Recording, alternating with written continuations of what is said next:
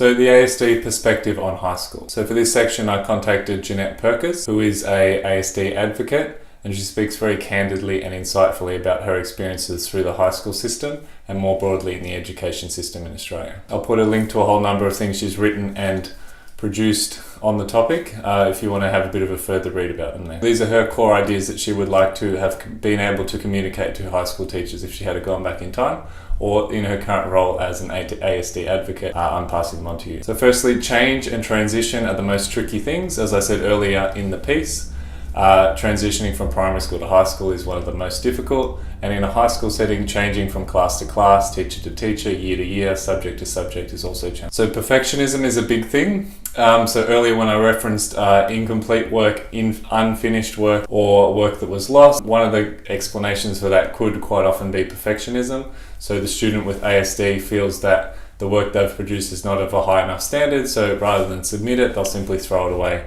or dispose of it in some other means. Be aware of interoception, which is basically monitoring your own internal states. So hunger, need to go to the bathroom, temperature, those sort of things. For some people with ASD, this is something that they're not entirely as able to track as a neurotypical person. So just be aware of this, that it may be an issue for your ASD. Group work and collective activities are generally not well received by ASD people. Including ASD students into these activities, you probably have to weigh up the challenges and the potential benefits for that student, who probably is much more able of completing the task that you've set without the assistance of their peers, as this may cause them further and heightened states of anxiety. But having said that, don't lower your expectations of people with ASD. Always give them a chance to prove themselves for a variety of tasks, and then modify based off that. Don't just take sort of a stock understanding of what an ASD student may be or think or feel, rather work with the individual sitting in front of you. The behaviour of autistic students is not, basically, just simply put, not being drawn from the same place that we understand. So if you see an autistic student hit someone, for us that means of course they must be angry, whereas that's not necessarily the case, and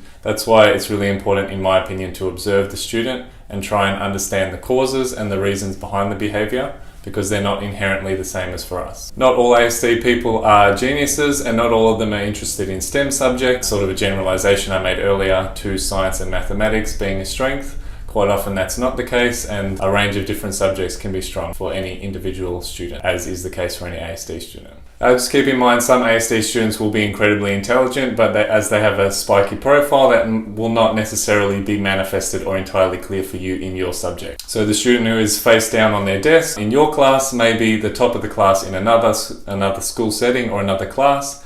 And it's important to just keep that in mind and not to write them off as unintelligent based off their behaviours in your class. For ASD students, exams are really quite a poor manifestation of their ability. Anxiety is a common issue for ASD students, and exams are, of course, as for any student, a cause of a great deal of anxiety and stress. As you would with any student, as much as possible, try and explain the why of an activity and the purpose and what that student independently will get out of that sort of an activity, and how it may lead down the track to something beneficial for them. Common subject of concern is PE. So if you think about, getting changed in a communal area, playing in a team sport, being asked to compete against their peers, where there's potentially bullying and a range of other things, just be aware PE is a real area of concern. This is not something especially convenient for us in our high school setting, but ideally at an organisational level, it's ideal to have sort of a quiet space, a breakout space, or somewhere where the ASD student can go either during class or elsewhere.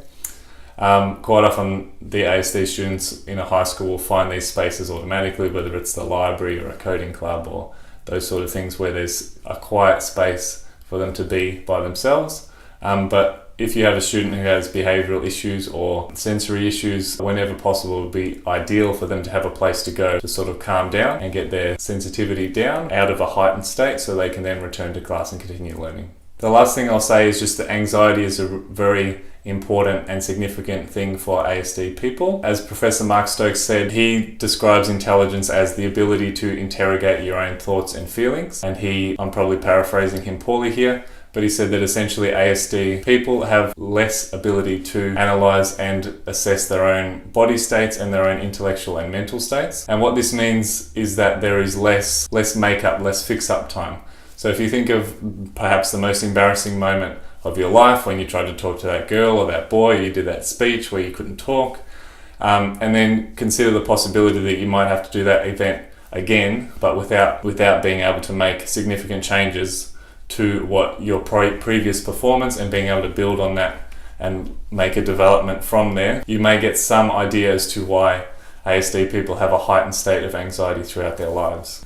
People with ASD on average live 16 years less than neurotypical people, and anxiety is one significant factor in this. So our role as teachers is basically to minimize anxiety as much as possible, and I hope that the series of videos that you've just watched give you some idea as to how you can minimize anxiety for your ASD students and allow them to strive and thrive in your classrooms.